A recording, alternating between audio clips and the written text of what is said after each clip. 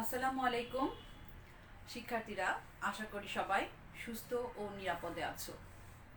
তোমাদেরকে আজকের এই অনলাইন ক্লাসে স্বাগত জানাচ্ছি। আমি নিগার পারভিন, সহকারী অধ্যাপক, উদ্ভিদ বিজ্ঞান বিভাগ, ঢাকা কলেজ, ঢাকা।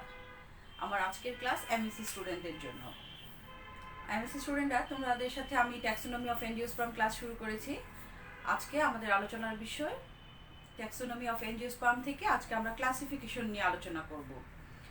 ক্লাসিফিকেশন তোমরা অলরেডি জেনে আসছো যে প্ল্যান্ট ক্লাসিফিকেশনগুলো কে সাধারণত তিনটা ভাগে ভাগ করা যেতে পারে। তো ক্লাসিফিকেশন যদি বলি যে শ্রেণীবিন্যাসকরণ, যেটা বাংলা সহজ কথা, যে উদ্ভিদ সমূহকে তাদের সম্পর্কের ভিত্তিতে বিভিন্ন ধরনের সাদৃশ্য বৈসাদৃশ্যের ভিত্তিতে উচ্চক্রমে সাজানোটাকে বা ক্রমানুসারে সাজানোটাকে কি বলা হয়, যে প্ল্যান্ট ক্লাসিফিকেশন শ্রেণীবিন্যাসকরণ বলা হয়। শ্রেণীবিন্যাস নিয়ে যখন শ্রেণীবিন্যাস যদি বলতে যাই, যে শ্রেণীবিন্যাসের করণের কথাটা, সেক্ষেত্রে বলতে হয় যে উদ্ভিদের যে ট্যাক্সোনমিতে যে শ্রেণীবিন্যাসের যে মূল ভিত্তি চারটা, যেমন হচ্ছে বৈশিষ্ট্যের বর্ণনাকরণ, শনাক্তকরণ, নামকরণকরণ এবং হচ্ছে শ্রেণীবিন্যাসকরণ। সেই হিসেবে শ্রেণীবিন্যাসকরণ একটি মূল নীতি বা মৌলনীতি বলা যায় শ্রেণীবিন্যাসের, বা মূল স্তম্ভ বলা যায় শ্রেণীবিন্যাসকরণটাকে। এই যে যদি বলি যে হেউডের মতে এটাকে উদ্ভিদ সমূহকে সম্পর্কের ভিত্তিতে তাদেরকে সাজানোটাকে, যে ক্রমানুসারে সাজানোটাকে, সেটাকে বলা হয় শ্রেণীবিন্যাসকরণ। ঠিক আছে? বা এখানে শ্রেণীবিন্যাসের হচ্ছে যে 7টা ধাপ আছে, সেটা তোমরা জানো। বিভাগ, শ্রেণী, বর্গ, গোত্র, গণ, প্রজাতি। প্রজাতি হচ্ছে সর্বনিম্ন একক বা ট্যাক্সন, এটাকে বলা যায় প্রজাতিটাকে। তো এই যে বললাম যে আরেকটা টার্ম আছে কি, হায়ারার্কি। হায়ারার্কিটা কি? তাদেরকে যে এই যে পদ্ধতি বললাম যে নিচের ধাপটা, সেই ধাপ থেকে যদি আমি উচ্চক্রমে যাই, হ্যাঁ, সেটাকে বলা হচ্ছে যে হায়ারার্কি। যেমন হচ্ছে প্রজাতি থেকে একদম কিংডম পর্যন্ত, সেটা হচ্ছে শ্রেণীবিন্যাসের যে স্তরে যেটা আছে, সেটাকে হায়ারার্কি বলা হয় ট্যাক্সোনমি শ্রেণীবিন্যাসের। আর শ্রেণীবিন্যাসের যে এই যে বললাম যে 3টা প্রকার শ্রেণীবিন্যাস আছে। একটা হচ্ছে কি প্রাকৃতিক, যেটা কিনা হচ্ছে যে তাদেরকে উদ্ভিদ সমূহকে কি করা হয়, তাদের সম্পর্ক মানে বিভিন্ন ধরনের সাদৃশ্য বৈসাদৃশ্যের ভিত্তিতে বা অঙ্গসংস্থানিক প্রক্রিয়া, যেটা শ্রেণীবিন্যাস করা হয় অঙ্গসংস্থানিক বৈশিষ্ট্যের ভিত্তিতে, সেটাকে বলা হয় প্রাকৃতিক শ্রেণীবিন্যাস। যেমন কিনা তোমরা জানো যে বেন্থামোকারের যে শ্রেণীবিন্যাস বলো বা ল্যামার্কের শ্রেণীবিন্যাস, সেটা হচ্ছে কি প্রাকৃতিক শ্রেণীবিন্যাস। আর কৃত্রিম শ্রেণীবিন্যাসের ক্ষেত্রে দেখা যায় যে একটি বা দুইটি বা অল্প কয়েকটি বৈশিষ্ট্যের ভিত্তিতে যে শ্রেণীবিন্যাসটা করা হয়, সেটা হচ্ছে কৃত্রিম শ্রেণীবিন্যাস। যেমন হচ্ছে লিনিয়াসের শ্রেণীবিন্যাস। লিনিয়াস কি করেছে, যে পুংকেশরের ভিত্তিতে শ্রেণীবিন্যাস করেছে। থিওফাস্টাসের শ্রেণীবিন্যাস। এগুলো হচ্ছে কি কৃত্রিম শ্রেণীবিন্যাস। এবার আসো জাতিজনী শ্রেণীবিন্যাস। 3টা টাইপ শ্রেণীবিন্যাসের কথা কিন্তু আমি বললাম, প্রাকৃতিক, কৃত্রিম, আরেকটা হচ্ছে কি জাতিজনী শ্রেণীবিন্যাস। যেটা কি, যে সম্পর্কে মানে তাদেরকে উদ্ভিদকে উৎপত্তি থেকে মানে উৎপত্তির উপর লক্ষ্য রেখে বা আদি থেকে বর্তমান পর্যন্ত বা পূর্বপুরুষের ক্ষেত্রে যেটাই বলো না কেন, যে বিবর্তনের পর, মোট কথা হচ্ছে যে বিবর্তনের দিকে লক্ষ্য রেখে যে শ্রেণীবিন্যাসটা করা হয়, সেটাকে বলা হচ্ছে যে জাতিজনী শ্রেণীবিন্যাস। এই ক্ষেত্রে দেখা যায় যে আদি পুরুষ কোনটা, সেটার উপর লক্ষ্য রেখে, যে কোথা থেকে উৎপত্তি কোনটা বা আদিটা কোনটা, আদি থেকে শেষ পর্যন্ত, বা হচ্ছে যে অতীত থেকে বর্তমান বা বলো বা বিবর্তনের ধারা যেটা অবশ্যন করা হয়েছে। মোট কথা হচ্ছে যে ডারউইনের যে অভিব্যক্তির উপর বিবর্তনবাদ যে নীতি প্রকাশ করেছে 1859 সালে, তার পরবর্তী ডারউইন পরবর্তী যে শ্রেণীবিন্যাসগুলো, সেটাই হচ্ছে কি জাতিজনী শ্রেণীবিন্যাস এটাকে বলা হয়।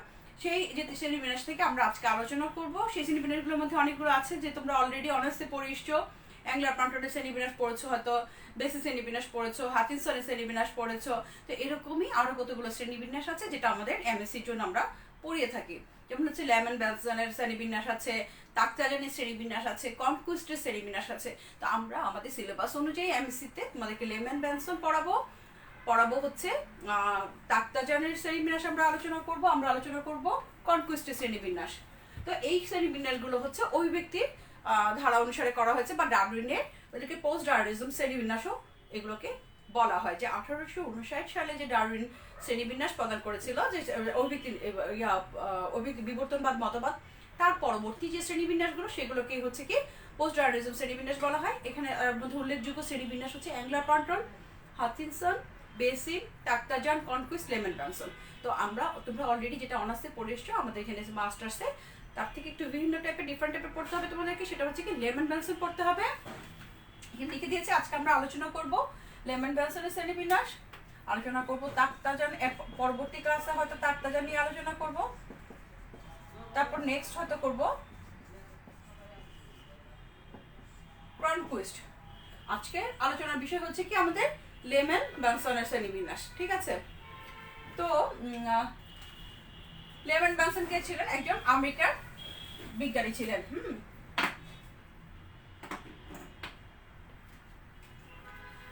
তো লেম্যান ব্যানসন 1957 সালে কত 1957 সালে প্ল্যান্ট ক্লাসিফিকেশন নামক বইতে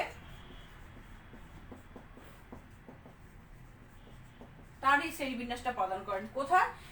আমেরিকার প্যারাম বিশ্ববিদ্যালয়ের অধ্যাপক লেম্যান ব্যানসন একটা শ্রেণীবিন্যাস প্রদান করেন উদ্ভিদের জাতিজনী শ্রেণীবিন্যাস, যেটা অবশ্যই সেই শ্রেণীবিন্যাসটা ব্যানসনের শ্রেণীবিন্যাস নামে পরিচিত। তিনি প্ল্যান্ট ক্লাসিফিকেশন নামক বইতে 1957 সালে তার এই শ্রেণীবিন্যাসটা প্রবর্তন করেন। আচ্ছা, আমরা আলোচনা করছি শ্রেণীবিন্যাস নিয়ে। তোমরা জানো, হয়তো ভুলে গেছো, তারপরে তোমাদের মনে করার জন্য আমি বলে দিচ্ছি আমরা শ্রেণীবিন্যাসটা কিভাবে লিখি। যখন আমরা শ্রেণীবিন্যাস নিয়ে আলোচনা করি তখন অবশ্যই কি প্রথমে কি একটা লিখতে হয়, যে একটা ইন্ট্রোডাক্টরি কথা, যে শ্রেণীবিন্যাসটা কে প্রদান করেছে, কোথায় প্রদান করেছে, এবং কোনো একটা যদি বই প্রকাশিত বইয়ের নামটাও এক্ষেত্রে আমাদেরকে লিখে দিতে হয়। তো সেই হিসেবে লিখলাম যে কি বলেছি আমি, যে আমেরিকার একজন বিজ্ঞানী প্যারাম বিশ্ববিদ্যালয়, সেটা হচ্ছে উনি কি লিখেছে 1957 সালে উদ্ভিদের একটা শ্রেণীবিন্যাস প্রদান করেছে। সেই শ্রেণীবিন্যাসটা প্ল্যান্ট ক্লাসিফিকেশন নামক বইতে প্রকাশিত হয়েছে 1957 সালে, যেটা একটা জাতিজনী শ্রেণীবিন্যাস। এখানে তোমরা ইন্ট্রোডাক্টরি কথা এটা লিখতে পারো। দেন কি করবে, শ্রেণীবিন্যাসের নীতিমালায় আসবে, যে নীতিমালা আছে যে কোন কোন বৈশিষ্ট্যের উপর ভিত্তি করে করা হয়েছে। তো এই ক্ষেত্রে হচ্ছে ব্যানসনের ক্ষেত্রে দেখা গিয়েছে যে ব্যানসনের যে জাতিজনী শ্রেণীবিন্যাসটা প্রদান করেছে, উনি সমস্ত ভাস্কুলার উদ্ভিদের শ্রেণীবিন্যাস করেছে। তুমি জানো যে ভাস্কুলার উদ্ভিদ হচ্ছে যে টেরিডোফাইটা বলো, জিমনোস্পার্ম বলে, এনজিওস্পার্ম বলে, এই উদ্ভিদগুলো উনি শ্রেণীবিন্যাস করেছে। এবং তার শ্রেণীবিন্যাসের মূল ভিত্তিটা যেটা হচ্ছে যে অ্যাঙ্গুলার প্লান্টার এবং বেসিস শ্রেণীবিন্যাসটা তার শ্রেণীবিন্যাসের মূল ভিত্তি। কার কথা বললাম? যে লেম্যান ব্যানসনের শ্রেণীবিন্যাসের মূল ভিত্তিটা হচ্ছে কি, মূলনীতিগুলা অ্যাঙ্গুলার প্লান্টারের বা হচ্ছে বেসিস শ্রেণীবিন্যাসের অনুরূপ। তাদের এই দুইটাকে বেস করে উনি তার শ্রেণীবিন্যাসটা প্রদান করেছেন। এরপর আসো কি লিখতে হবে, পরিলেখ। ধারাবাহিকতে কি আসবে? নেক্সট পরিলেখ আসবে। তারপর হচ্ছে আসবে কি, উৎপত্তি ও অভিব্যক্তি। ঠিক আছে, তারপর আসবে কি, সমালোচনা।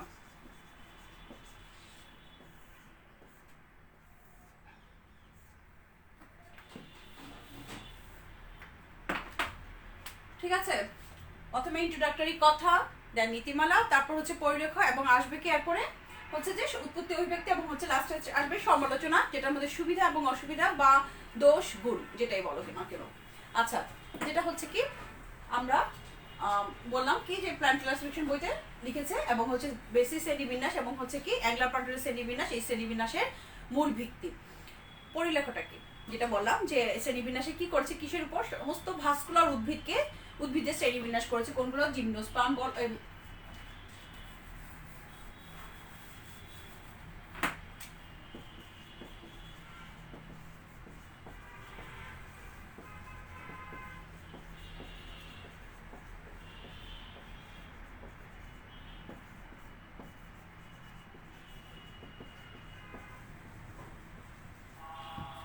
ভাস্কুলার উদ্ভিদ, যেমন হচ্ছে টেরিডোফাইটা বলো, জিমনোস্পার্ম বলে, এনজিওস্পার্ম বলে, এগুলাকে নিয়ে উনি আলোচনা করেছে তার শ্রেণীবিন্যাসে। এইগুলোকেই শ্রেণীবিন্যাস করেছেন। ঠিক আছে, এই উদ্ভিদগুলোর। তো উনি কি করেছে, যে টিপ্পো একজন বিজ্ঞানী, উনার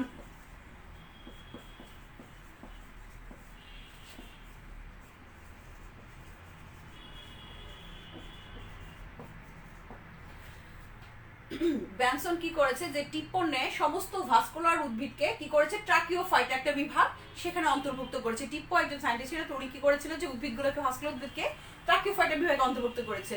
তো লেম্যান ব্যানসন কি করেছে, যে টিপ্পনে সমস্ত ভাস্কুলার উদ্ভিদকে সে কি করেছে, উনি কি করেছে, যে ট্রাকিওফাইটা একটা বিভাগে অন্তর্ভুক্ত করেছে। এরপর উনি কি করেছে, যে সপুষ্পক উদ্ভিদ বা ফ্লাওয়ারিং প্লান্টস যেগুলো পড়ো, যে ওটাকে দুইটা শ্রেণীতে ভাগ করেছে। যে ফ্লাওয়ারিং প্লান্টসগুলোকে, সেটা একটা হচ্ছে জিমনোস্পার্মি এবং একটা হচ্ছে কি এনজিওস্পার্ম। তো সেই জিমনোস্পার্ম এবং এনজিওস্পার্ম দুইটা শ্রেণীতে ভাগ করেছে। আবার এনজিওস্পার্মকে কি করেছে, যে জিমনোস্পার্ম তোমরা জানো যে সমস্ত উদ্ভিদের বীজ বা বীজটা কি নগ্ন থাকে।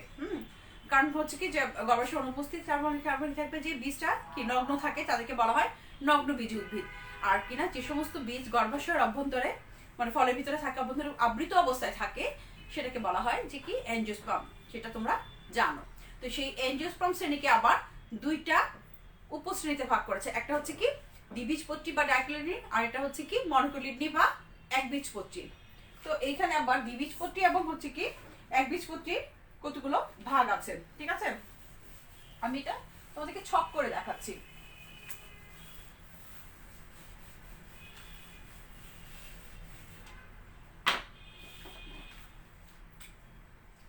কি বলেছে যে সমস্ত সপুষ্পক বেনসন সমস্ত সপুষ্পক উদ্ভিদকে টিপ্পনে ট্রাকিওফাইটা একটা বিভাগ অন্তর্ভুক্ত করেছে।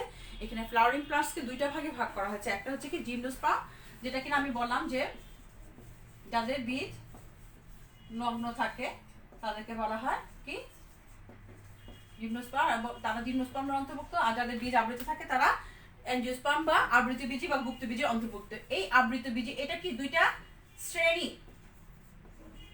দুইটা ক্লাস। এই শ্রেণী বিন্যাসে তাহলে ক্লাস কয়টা? দুইটা ক্লাস। সেই এনজিওস্পার্মকে আবার কি করেছে,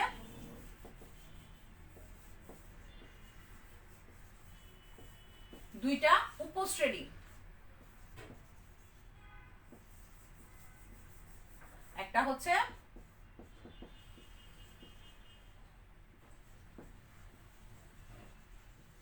ডাইকোটিলিডনি বা দ্বিবীজপত্রী, আরেকটা হচ্ছে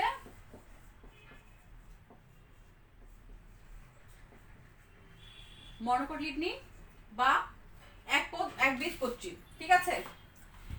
সমস্ত সপুষ্পক উদ্ভিদকে দুইটা শ্রেণী জিমনোস্পার্ম এবং হচ্ছে এনজিওস্পার্মে অন্তর্ভুক্ত করেছে। সেই এনজিওস্পার্মকে আবার দুইটা আমার এই দুইটা কিন্তু শ্রেণী, হ্যাঁ ক্লাস, এই ক্লাসকে আবার দুইটা সাব ক্লাসে ভাগ করেছে এনজিওস্পার্মকে, একটা হচ্ছে ডাইকোটিলিডনি আর একটা হচ্ছে মনোকোটিলিডনি।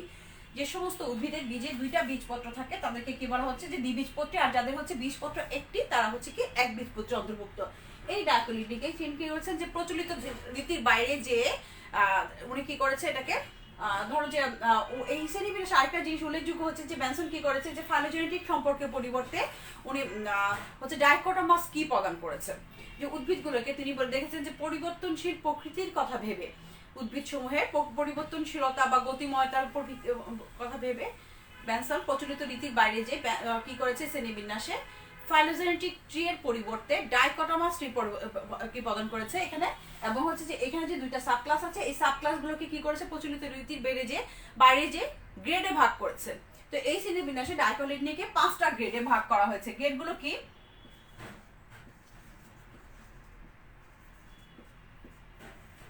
একটা হচ্ছে থ্যালামিফ্লোরি, তোমাদের এখান থেকে কি দেখা যাচ্ছে, বোর্ড কি দেখা যাচ্ছে? থ্যালামিফ্লোরি আমি ডেসক্রিপশনে পরে বলছি যে এটা কি থ্যালামিফ্লোরি।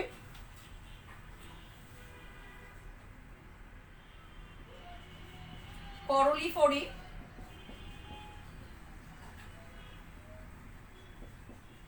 ক্যালিসিফ্লোরি,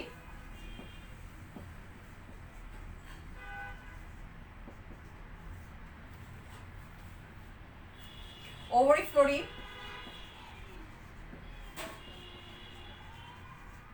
আরেকটা হচ্ছে অ্যামিটিফ্লোরি।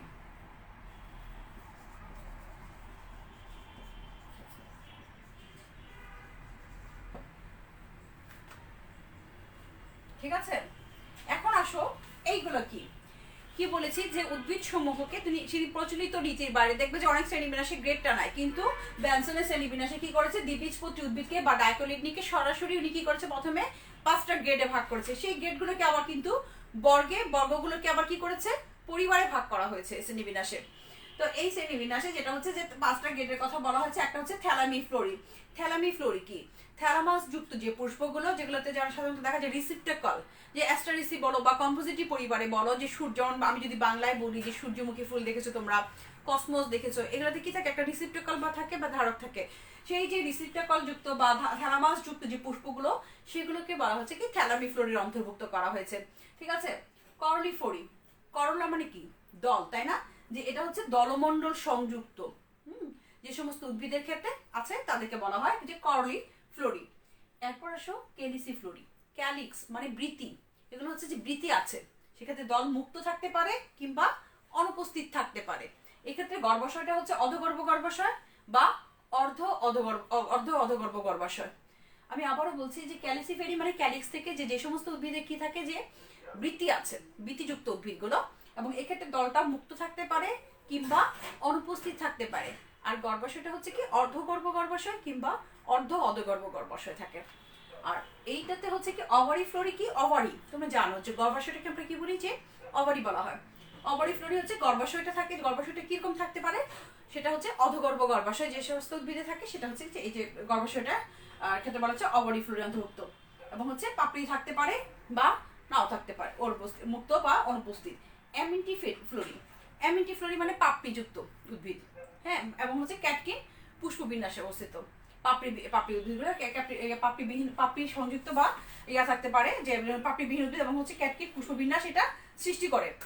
অ্যামিটিফেরি ক্ষেত্রে হচ্ছে পুষ্প পাপড়িবিহীন এবং হচ্ছে কি ক্যাটকিন পুষ্পবিন্যাসে অবস্থিত এটা অ্যামিটিফেরি। তো এই যে প্রচলিত রীতির বাইরে যে উনি কি করেছে, যে সমস্ত উদ্ভিদগুলো গতিময়তার উপর ভিত্তি করে এই শ্রেণীবিন্যাসে ডাইকোটিডনিকে 5টা গ্রেডে ভাগ করেছে। একটা নাম্বার 1 বলেছি থ্যালামিফ্লোরি, কর্লিফ্লোরি, ক্যালিসিফ্লোরি, অভারিফ্লোরি এবং হচ্ছে কি অ্যামিটিফ্লোরি। এই 5টা গ্রেডে উনি ভাগ করেছেন। এরপর দেখো যে এটা আমি মুছে দিচ্ছি এই গ্রেডগুলো 5টা গ্রেডে। তাহলে এই শ্রেণীবিন্যাসে কি দেখা যাচ্ছে, যে প্রচলিত রীতির বাইরে যে এই শ্রেণীবিন্যাসটাতে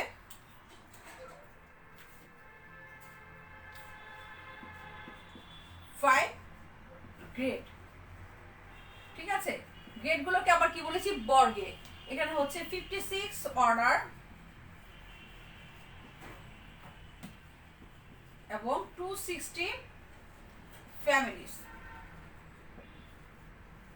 ঠিক আছে, যেটা হচ্ছে যে 260 ফ্যামিলিজ। আর এই ক্ষেত্রে হচ্ছে কি সরাসরি 13টি বর্গ বা অর্ডারস ভাগ করা হয়েছে, এবং হচ্ছে বর্গগুলোকে পরিবারে ভাগ করা হয়েছে। এখানে হলো 46 ফ্যামিলি, 46 ফ্যামিলি, 46 ফ্যামিলিজ, ঠিক আছে।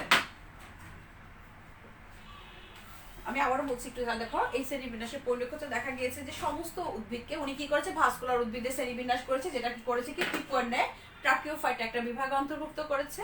যেক্ষেত্রে হচ্ছে যে সপুষ্পক উদ্ভিদগুলোকে উনি 2টা শ্রেণী, একটা হচ্ছে এনজিওস্পার্ম আর একটা হচ্ছে জিমনোস্পার্ম, এই 2টা শ্রেণীতে ভাগ করেছে। যে সেই এনজিওস্পার্মকে আবার 2টা সাবক্লাস ডাইকোলিডনি এবং হচ্ছে মনোলিডনি 2টা ভাগে ভাগ করা হয়েছে এই শ্রেণীবিন্যাসে। সেই ডাইকোলিডনিকে আবার কি করেছে, যে 5টা গ্রেডে ভাগ করেছে। গ্রেডগুলোকে আবার কি করেছে, যে বর্গে ভাগ করেছে, বর্গগুলোকে পরিবারে। তো এই শ্রেণীবিন্যাসে ডাইকোলিডনিতে 5 গ্রেড বলেছি, 56 অর্ডারস এবং হচ্ছে 260 ফ্যামিলিসে ভাগ করা হয়েছে। মনোকোলিডনিকে উনি কি করেছে, যে গ্রেডে ভাগ না করে সরাসরি 13টি বর্গে ভাগ করেছে, এবং বর্গগুলোকে আবার পরিবার। এই পরিবারে মনোকোলিডনির ক্ষেত্রে 46টি বা 46 ফ্যামিলি রয়েছে, ঠিক আছে। তো এখানে ম্যানসন যেটা করেছে, যে উদ্ভিদ সমূহকে তাদের পরিবর্তনশীল গতিময়তার উপর লক্ষ্য রেখে ফাইলোজেনিক ট্রি এর পরিবর্তে ডাইকোটামাসকে ব্যবহার করেছেন, ঠিক আছে। এটা হলো এই শ্রেণীবিন্যাসের পরিলেখ। এবার আসো আমরা শ্রেণীবিন্যাসে কি পড়বো, যে উৎপত্তি এবং হচ্ছে কি অভিব্যক্তি।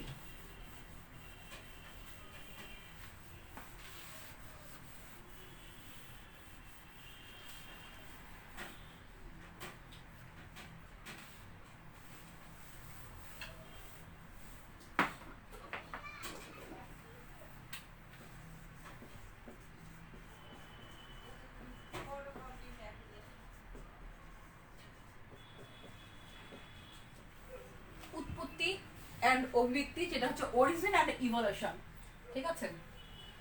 তোমরা কি লেখাগুলো বুঝতে পারছো? আমি আসলে তোমাদের ওপিনিয়নটা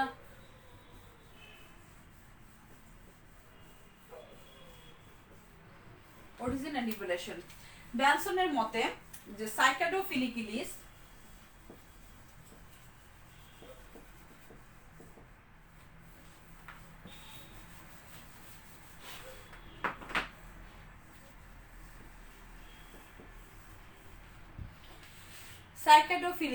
সাইকাডোফিলিকিলিস এটা হচ্ছে নগ্নবীজির একটা বর্গ, উল্লেখযোগ্য একটা বর্গ, যে প্রাচীন একটা বর্গ, যেটা সাইকাস যেটা সাইকাডোফিলিকিলি সাইকাস একটা বর্গ সাইকাডিলিসের তো সাইক্লোপিস অনেক প্রাচীন একটা পুরাতন একটা আদি একটা বর্গ। বেনসনের মতে সাইকেলোফিলিকিলিস বা এরূপ কোনো নগ্নবীজী উদ্ভিদ বর্গ থেকে একই ধারায় একদিকে দ্বিবীজপত্রীর উইন্টারেসি পরিবারের উৎপত্তি হয়েছে, অপরদিকে একবীজপত্রীর অ্যালিস মেটালিস বর্গের উৎপত্তি হয়েছে। কি বলেছে যে একদিকে র্যানালিস, দুইটা ধারায় একদিকে হচ্ছে দ্বিবীজপত্রীর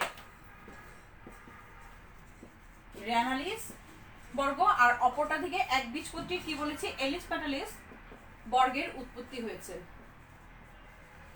ঠিক আছে, এটা কে বলেছে? বেনসন বলেছে। তার মতে যে আবৃতভোজী উদ্ভিদের উৎপত্তিতে যে লাইনে সেটা বলেছে যে সাইকেলোফিলিকিলিস বা এরূপ কোন নগ্নবীজী উদ্ভিদ বর্গ থেকে একটা লাইনে একটা ধারায় হচ্ছে যে র্যানালিস বর্গের দ্বিবীজপত্রীর র্যানালিস বর্গের উৎপত্তি হয়েছে এবং অপর একটি ধারায় একবীজপত্রীর এলিস মেটালিস বর্গের উৎপত্তি হয়েছে।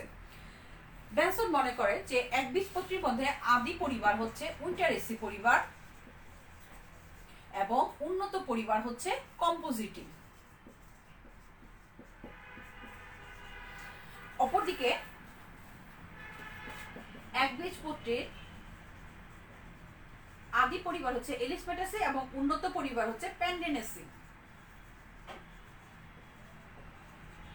ঠিক আছে, এটা কার মতে? উৎপত্তি অনুসারে। তার মানে কি উৎপত্তি কোথা থেকে, এখানকার অরিজিনটা কি হচ্ছে যে সাইকেলোফিলিকিলিস বা এই ধরনের নগ্নবীজী কোনো উদ্ভিদ বর্গ থেকে আবৃতবীজী উদ্ভিদের উৎপত্তি হয়েছে। সেক্ষেত্রে একটা ধারায় কি হয়েছে যে দ্বিবীজপত্রীর র্যানালিস বর্গের এবং অপর একটি ধারায় একবীজপত্রীর অ্যালিস মেটালিস বর্গের উৎপত্তি হয়েছে। বেনসন মনে করেন যে এই ক্ষেত্রে দ্বিবীজপত্রীটা আদি উদ্ভিদ। ঠিক আছে, দ্বিবীজপত্রীটা এর পূর্বপুরুষ। প্রথমে দ্বিবীজপত্রী উদ্ভব হয়েছে, দেন হচ্ছে কি একবীজপত্রী উদ্ভব হয়েছে। তো সেই দ্বিবীজপত্রীর মধ্যে আদি পরিবারটা হচ্ছে উইন্টারেসি পরিবার। আমরা জানি যে শ্রেণীবিন্যাসের নিয়ম অনুযায়ী, আইসিবিএর নিয়ম অনুযায়ী বা যদি বলি যে শ্রেণীবিন্যাসের যেটা হচ্ছে যে পরিবারের নামের শেষে তোমরা জানো যে এসিতে শেষ হয়েছে। ঠিক আছে, এবং বর্গের নামটা কি এলিসে শেষ হয়েছে।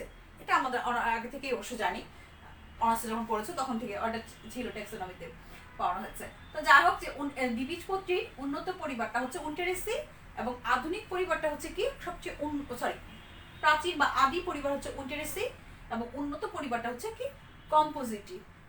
আমরা কম্পোজিট, তোমরা জানো ক্লাসে থাকলে জিজ্ঞেস করতাম যে কম্পোজিটের একটা নাম আছে বলো, অ্যাস্টেরেসি। ঠিক আছে, আমি বলে দিলাম 7টা ফ্যামিলি আছে যাদেরকে কনজার্ভ নেমও আছে, অল্টারনেট একটা করে নাম আছে। প্রচলিত নিয়ম অনুযায়ী শ্রেণীবিন্যাসের ক্ষেত্রে প্রচলিত নিয়ম অনুযায়ী দেখা যায় যে পরিবারের নামের শেষে এসিতে শেষ হয়, তাই না? এটা আমি আবারও রিমাইন্ডার দিলাম। দেখো এখানে একটা ব্যতিক্রম পেয়েছো, তাই না? কম্পোজিটি পেয়েছো, আমি কম্পোজিটি লিখেছি, কিন্তু কি হয় যে প্রচলিত নিয়ম অনুযায়ী পরিবারের নামের শেষে এসিতে শেষ হয়। আন্তর্জাতিক নিয়ম অনুসারে যেটা স্বীকৃত। 7টা পরিবার আছে এর ব্যতিক্রম, এর মধ্যে কম্পোজিটি একটা উল্লেখযোগ্য। আরেকটা উল্লেখযোগ্য পরিবার আছে যেটা হচ্ছে গ্রামিনী, যেটা আরেকটা অল্টারনেট নাম আছে পোয়েসি। ঠিক আছে, তো এরকম আছে যে ল্যাবিয়েটি, যেটাকে আমরা বলি যে ল্যামিয়েসি বলি, তারপর হচ্ছে পালমি, এরিকেসি যেটা, তারপর হচ্ছে যে লিগোবিনেসি যেটা আরেকটা অল্টারনেট নাম আছে ফেবেসি। তো এরকম আর কি 7টা পরিবার আছে এর ব্যতিক্রম। ঠিক আছে, তো কম্পোজিটি এর মধ্যে একটি। আমি কি বললাম যে বেনসন বলেছে যে দ্বিবীজপত্রীর আদি পরিবার হচ্ছে উইন্টারেসি এবং হচ্ছে উন্নত পরিবার কম্পোজিটি। অপরদিকে একবীজপত্রীর আদি পরিবারটা হচ্ছে এলিস মেটাসি এবং উন্নত পরিবারটা হচ্ছে প্যান্ডেনেসি। ঠিক আছে, তো এই হলো উৎপত্তি এবং অভিব্যক্তি। এখানে তার মানে কি এখানে আদি কোনটাকে বলা হয়েছে? দ্বিবীজপত্রীটাকে আদি বলা হয়েছে এবং এটা প্রথম এসছে সাইকেলোফিলিকিলিস টাইপের নগ্নবীজী উদ্ভিদ থেকে। দ্বিবীজপত্রীর প্রথমে উৎপত্তি, পরবর্তীতে একবীজপত্রী। এই শ্রেণী বিন্যাসে দেখা গিয়েছে কি দ্বিবীজপত্রীকে একবীজপত্রীর আগে স্থাপন দেওয়া হয়েছে। আদি কোনটা? উইন্টারেসি পরিবার, উন্নত হচ্ছে কম্পোজিটি পরিবার। একবীজপত্রীর আদি পরিবার এলিস মেটাসি, উন্নত পরিবার হচ্ছে প্যান্ডেনেসি। এই হচ্ছে উৎপত্তি এবং অভিব্যক্তি। এবার আসো সমালোচনা।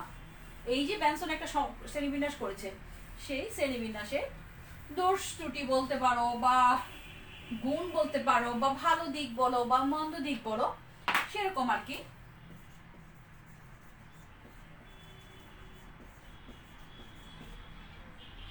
প্রত্যেকটা জিনিসেরই ভালো মন্দ দুইটা দিকে আছে। তবে সুবিধাটা আগে বলে নিই। এখানে যে সদ্গুণ বলতে পারো বা সুবিধা বলতে পারো, যে এই শ্রেণীবিন্যাসের সুবিধা বলতে পারি আমরা, বা গুণ বলতে পারি, বা মেরিটস যেটাই বলো না কেন, সুবিধাটা কি? আচ্ছা, এটা বলার আগে আমি একটু বলে নিই। শ্রেণীবিন্যাস যখন আসে, পুরোটা শ্রেণীবিন্যাস অনেক সময় একসাথে আসে। তোমাদের এই পেপারে মার্কস তোমরা নিশ্চয়ই জানো যে মার্কস ডিস্ট্রিবিউশনের পেপার কোড হচ্ছে কি 501 এবং হচ্ছে 60 মার্কসের পরীক্ষা তোমাদের এটা, ঠিক আছে? তো এখানে দেখা যায় যে কোশ্চেনের গুলো এক একটা কোশ্চেন 10-এর বেশি মার্কস আসলে আসে না। অনেক ক্ষেত্রে দেখা যায় যে শ্রেণীবিন্যাসের ক্ষেত্রে পার্ট পার্ট করে মার্কস প্রশ্ন দেয়। যেমন যে আমি বললাম যে পুরোটা শ্রেণীবিন্যাসে কি আসে, যে একটা ইন্ট্রোডাক্টরি কথা আসে, নীতিমালা আসে, পরিলেখ, উৎপত্তি, অভিব্যক্তি, সমালোচনা। তো অনেক ক্ষেত্রে দেখা যায় যে শুধু নীতিমালাটা লিখো শ্রেণীবিন্যাসের, বা দুইটা শ্রেণীবিন্যাস কম্পেয়ার করে দিতে পারে যে এটা তুলনা করো। হ্যাঁ, ধরো ব্যানসনের সাথে দিল তাক্তাজান বা কনকুইজ, বা তিনটারই দিল, বা এদের মধ্যে মিল অমিলগুলো পার্থক্য। বা হতে পারে যে এই শ্রেণীবিন্যাসের নীতিমালা লিখো, কিংবা সমালোচনা সহ শ্রেণীবিন্যাসটা বন্ধ করে, খুব কমই আসে সমালোচনা সহ 10 করে এক একটা কোশ্চেনে থাকে, বা 12 করে যখন থাকে তখন হয়তো একটা পুরোটা সেট আসতে পারে। আর আদারওয়াইজ দেখা যাবে যে হয়তো বা নীতিমালা মেনশন করে দিল, কিংবা সমালোচনা দিল, কিংবা সেক্ষেত্রে তোমাকে পুরোটা শ্রেণীবিন্যাসে করতে হবে। কোশ্চেন প্যাটার্ন ডিফারেন্ট করে, এটা যে একেবারে এক রকম হতে পারে, ঠিক আছে? তো সেই হিসেবে তোমাদেরকে পুরোটাই পড়তে হবে, এবং হচ্ছে এটা আলাদা করেও আসতে পারে, ভাগ করে আসতে পারে। মেইন কথা হচ্ছে কোশ্চেন বিভিন্ন টাইপের হতে পারে। 60 মার্কস তোমাদের টোটাল মার্কস ডিস্ট্রিবিউশন ইয়াতে যাবে, পাবে যে এটা টোটাল হচ্ছে 60। আচ্ছা, সুবিধার কথা বলছি। সুবিধার কথা যদি এক্ষেত্রে প্রথমেই যদি বলি, 1 নম্বরের ক্ষেত্রের কথা যদি বলি, দ্বিবীজপত্রীকে এই শ্রেণীবিন্যাসে প্রথমে স্থাপন করেছে, তাই না? এটা আমরা মাত্রই পড়লাম। উৎপত্তি এবং অভিব্যক্তিতে গিয়ে পড়লাম যে এই শ্রেণীবিন্যাসে ম্যানসনের মতে দ্বিবীজপত্রীটা আগে এসছে। অধিকাংশ আধুনিক বিজ্ঞানীদের মতেই দ্বিবীজপত্রীটা আদি। জানা যায় উৎপত্তি এবং অভিব্যক্তি যখন পড়েছিলাম তখন আমরা জানি যে কি আবৃতবীজী উদ্ভিদের মধ্যে সবচেয়ে আদি পরিবারটা হচ্ছে কি র্যানালিস বর্গ আদি পরিবার, সেটা কি দ্বিবীজপত্রী একটা পরিবার। তো অধিকাংশ বিজ্ঞানীরা তাই মনে করেন, তারা মনে করে যে আবৃতবীজী উদ্ভিদের মধ্যে দ্বিবীজপত্রীটা আদি এবং প্রথমে এসছে। তো সেই হিসেবে ব্যানসন যদি বলেছে যে এই শ্রেণীবিন্যাসে দ্বিবীজপত্রীকে কি করেছে, একবীজপত্রীর পূর্বে স্থাপন করেছে বা আগে স্থাপন করেছে, দ্বিবীজপত্রীকে একবীজপত্রীর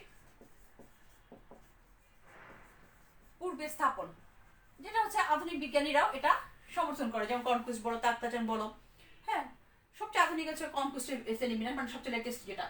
তো যা হোক, তো দ্বিবীজপত্রীকে একবীজপত্রীর পূর্বে স্থাপন করা, যেটা একটা আধুনিক বিজ্ঞানীরা সমর্থন করেন, এটা শ্রেণীবিন্যাসের একটা উল্লেখযোগ্য সুবিধা বা গুণ বলতে পারো।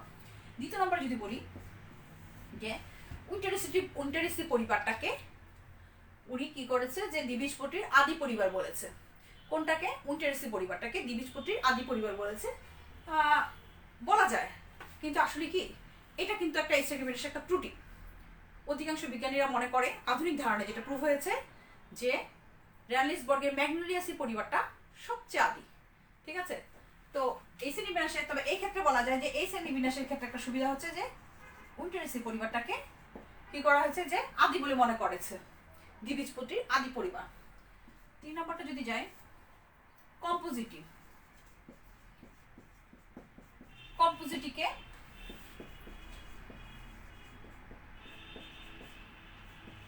উন্নত পরিবার বলে মনে করেছে দ্বিবীজপত্রীর।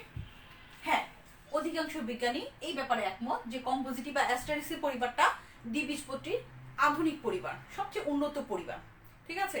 এটা এই ব্যাপারে অবশ্য কারো দ্বিমত নাই, ম্যাক্সিমাম আধুনিক বিজ্ঞানীদের মতে কোনো দ্বিমত নাই, কনকুইস্ট এটাতে সমর্থন করেন।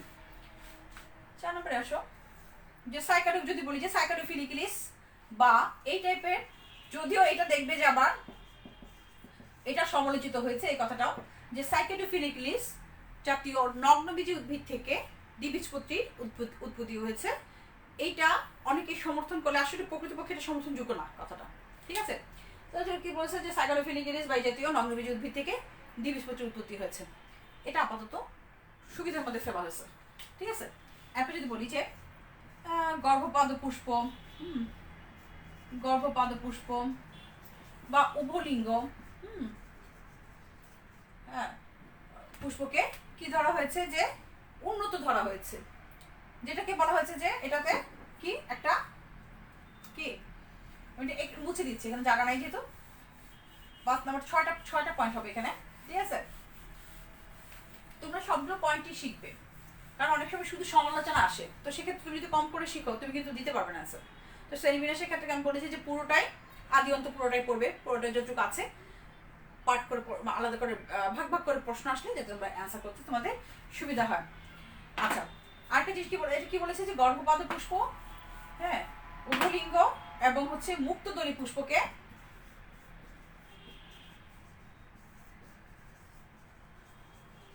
আদি বলে মনে করা হয়েছে, যেটা অনেক বিজ্ঞানী সমর্থন করেন। সেই হিসেবে এটাও এই শ্রেণীবিন্যাসের একটা সুবিধা বলতে পারো। নাম্বার 6 আসো, যদি বলি যে ক্যাটকিন, সেই যে বলেছিলাম অ্যামেটিফেরির ক্ষেত্রে বলেছিলাম যে কি বলেছি, পাপড়িবিহীন ক্যাটকিন পুষ্পবিন্যাসে অবস্থিত। তো ক্যাটকিনবিহীন একলিঙ্গ পুষ্পকে উন্নত ধরা হয়েছে, যেটা অনেক বিজ্ঞানীরা সমর্থন করেন। এই হচ্ছে যে 6টা পয়েন্ট যেটা কি এই শ্রেণীবিন্যাসের সুবিধা বলা যায়, ঠিক আছে, বা গুণ বলা যায়, সদ্গুণ বা মেরিট বলা যায়, বা সুবিধা যেটাই বলা যায়। এবার আসো অসুবিধাগুলো কি বা ডিমেরিটসটা কি বা ত্রুটিটা কি। এই শ্রেণীবিন্যাসের একটা ত্রুটি বলতে পারো, অসুবিধা বলতে পারো, বা ডিমেরিটস বলতে পারো, যেটা কিনা সমালোচিত হয়েছে, এটা সমালোচনার মধ্যে আসছে। নাম্বার 1 যদি বলি, নাম্বার 1 কি বলবো বলো? আচ্ছা, উইন্টারেসিকে আদি ধরা হয়েছে দ্বিবীজপত্রী, অনেক এটা সমালোচিত হয়েছে, কারণ অনেক বিজ্ঞানী বলে, যেটা বললাম যে ম্যাগনোলিয়াসটা আসলে অ্যাকচুয়ালি হচ্ছে কি দ্বিবীজপত্রীর মধ্যে বলা যায় যে আদি পরিবার, উইন্টারেসিটাকে আদি বলা হয়েছে। এরপর দেখো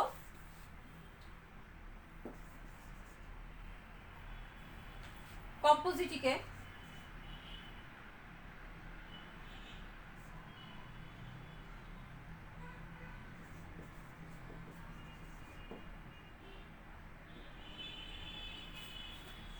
উন্নত বলা হয়েছে, যেটা এখানে বৈশিষ্ট্য, যদিও বলে এটার অবস্থানটা আসলে কি ঠিক মতো করা হয়নি।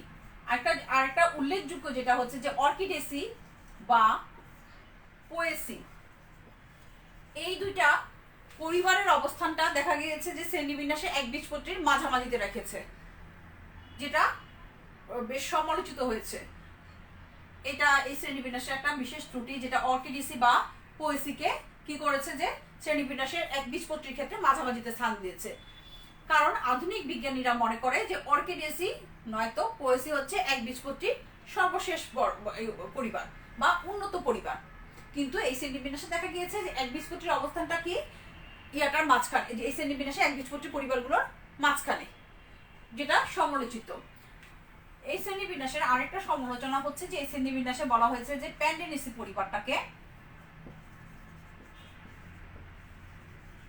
আধুনিক বলা হয়েছে, কিন্তু যেটা বললাম যে এই দুইটা পরিবারকে এই শ্রেণীবিন্যাসে একলিঙ্গের ক্ষেত্রে কি করা হয়েছে যে উদ্ভিদের ক্ষেত্রে মাঝামাঝিতে স্থান দিয়েছে, যেটা সমালোচিত। কারণ কেন, এই যে বললাম প্যান্ডেনেসি পরিবারটাকে শেষে স্থাপন করা হয়েছে, যেটা জন্য সমালোচিত, কারণ অধিকাংশ আধুনিক বিজ্ঞানী কনকুইস্ট বলো, তাত্ত্বিক বলো, তারা মনে করে যে একবীজপত্রী সর্বশেষ বা আধুনিক পরিবার বা উন্নত পরিবার হচ্ছে অর্কিডেসি বা পোয়েসি, ঠিক আছে।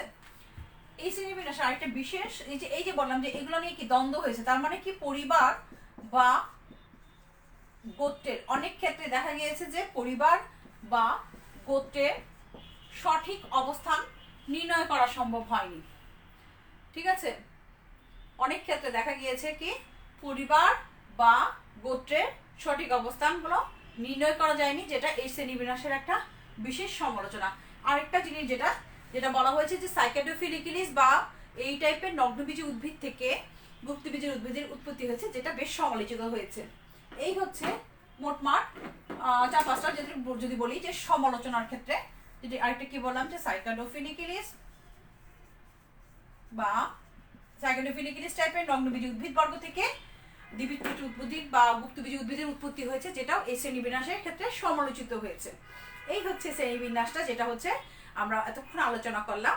লেম্যান ব্যানসনের শ্রেণীবিন্যাস, উনি একজন আমেরিকান বিজ্ঞানী, প্যানাম বিশ্ববিদ্যালয়ের অধ্যাপক। 1957 সালে প্ল্যান্ট ক্লাসিফিকেশন নামক বইতে তার এই শ্রেণীবিন্যাসটা প্রদান করেন, ঠিক আছে। তো যে শ্রেণীবিন্যাসটা আমরা বললাম যে বেসিস শ্রেণীবিন্যাস এবং হচ্ছে অ্যাংলার পান্টলের শ্রেণীবিন্যাসের মূল ভিত্তি হচ্ছে তার শ্রেণীবিন্যাসের নীতিমালা বলো বা মূল ভিত্তি বলো। উনি কি করেছে যে সমস্ত ভাস্কুলার উদ্ভিদকে টেরিডোফাইট বলো, টেরিডোফাইট, জিমনোস্পার্ম, এনজিওস্পার্ম, এগুলোর কি শ্রেণীবিন্যাস করেছে, এবং টিপ্পণ্যে কি করেছে একটা ট্রাকিওফাইটা বিভাগে অন্তর্ভুক্ত করেছে, যেখানে কিনা সপুষ্পক উদ্ভিদকে দুইটা শ্রেণী, একটা হচ্ছে কি জিমনোস্পার্ম, একটা হচ্ছে এনজিওস্পার্মে ভাগ করেছে। সেই এনজিওস্পার্মকে আবার দুইটা সাব ক্লাস ডাইকোলিডনি এবং হচ্ছে মনোটোনিডে ভাগ করেছেন। এবং উনি কি করেছে যে উদ্ভিদের পরিবর্তনশীল গতিময়তার উপর লক্ষ্য রেখে উদ্ভিদগুলোকে প্রচলিত ফাইলোজেনেটিক ট্রির পরিবর্তে ডাইকোনোমাস চার্ট প্রদান করেছেন। সেই ডাইকোনোমাস দেখা গিয়েছে যে এখানে ডাইকোলিডনিকে প্রচলিত রীতির বাইরে যে 5টা গ্রেড, থ্যালামিফ্লোরি, কোরলিফ্লোরি, ক্ল্যারিসিফ্লোরি, অভারিফ্লোরি এবং অ্যামিডিফ্লোরি, এই 5টি গ্রেডে ভাগ করেছে। গ্রেডগুলোকে আবার পরিবার, এইখানে দেখা গিয়েছে যে 56টি বর্গ এবং হচ্ছে 260টি পরিবার রয়েছে দ্বিবীজপত্রীর ক্ষেত্রে। আপনি যদি আবার অপর দিকে দেখা যায় যে একবীজপত্রী বা মনোকটিলিডের ক্ষেত্রে দেখা গিয়েছে যে সরাসরি 13টি বর্গ এবং হচ্ছে 46টি পরিবারে ভাগ করা হয়েছে। তো এই শ্রেণীবিন্যাসে উনি মনে করেছে যে কি সাইকেডোফিলিকিলিস বা এই টাইপের নগ্নবীজী উদ্ভিদ গ্রুপ থেকে কি হয়েছে যে আবৃতবীজী উদ্ভিদের উৎপত্তি হয়েছে। তারই ধারাবাহিকতা একটা লাইনে দ্বিবীজপত্রীর ড্যানালিস বর্গের উইন্টারেসি পরিবারটির উৎপত্তি হয়েছে এবং অপরদিকে একবীজপত্রীর এলিসমেটালিস বর্গের উৎপত্তি হয়েছে। ব্যানসন মনে করেছেন যে দ্বিবীজপত্রীটা একবীজপত্রীর আগে উদ্ভব হয়েছে, সেই হিসেবে দ্বিবীজপত্রীর অবস্থান শ্রেণীবিন্যাসে একবীজপত্রীর পূর্বে দিয়েছেন। এবং দ্বিবীজপত্রীর মধ্যে আদি পরিবার বলেছে উইন্টারেসি এবং হচ্ছে উন্নত পরিবারটা কম্পোজিটিভ, যেক্ষেত্রে কম্পোজিটিভটা ঠিক আছে, সমালোচিত হয়নি, বাট অধিকাংশ আধুনিক বিজ্ঞানীরা মনে করে যে কম্পোজিটিভ অ্যাস্টারেসিভটা দ্বিবীজপত্রীর আধুনিক পরিবার। কিন্তু এই উইন্টারেসিটিভ পরিবারটা নিয়ে দ্বিমত রয়েছে, অনেকটা সমালোচিত হয়েছে। আরেকটা জিনিস যেটা একবীজপত্রীর ক্ষেত্রে বলেছে যে এলিসমেটালিস বর্গে যে এলিসমেটাসি পরিবারটা আছে সেটাকে কি ধরা হয়েছে, আদি ধরা হয়েছে। সেক্ষেত্রে অনেক বিজ্ঞানী একমত হতে পারলেও উন্নত পরিবারের ব্যাপারে বিজ্ঞানীরা দ্বিমত পোষণ করেছে। যেটা ব্যানসন বলেছে যে একবীজপত্রীর উন্নত পরিবারটা হচ্ছে প্যান্ডেনেসি, কিন্তু অধিকাংশ বিজ্ঞানী, আধুনিক বিজ্ঞানী যেমন হচ্ছে তাত্তাজনের কথা বলি যদি বা কনকুইস্টের কথা বলি, তারা মনে করে যে একবীজপত্রীর উন্নত বা আধুনিক পরিবার হচ্ছে অর্কিডেসি কিংবা হচ্ছে গ্রামিনী বা পোয়েসি। এই তো শ্রেণীবিন্যাসটা মোটামুটি এই পর্যন্ত ছিল। যাই হোক, আমরা নেক্সট ক্লাসে অন্য আরেকটা ক্লাসিফিকেশন নিয়ে পড়বো, হয়তো তাত্তাজান কিংবা কনকুইস্ট নিয়ে আলোচনা করবো। তো তোমাদের জন্য আমাদের হচ্ছে 3টা ক্লাসিফিকেশন নিয়ে আলোচনা করার কথা। তো আজকে সেই হিসেবে আজকে লেমন ব্যাসটা পড়লাম। নেক্সট ক্লাসে অন্য আরেকটা ক্লাসিফিকেশন পড়বো। এটা তোমরা বাসায় ভালো করে পড়ো, বই পড়ো, আমার ক্লাসটাও ফলো করো। তো সেই হিসেবে আজকে এই পর্যন্তই থাকুক। তোমাদের জন্য অনেক শুভকামনা, ভালো থাকো, সুস্থ থাকো। আল্লাহ হাফেজ।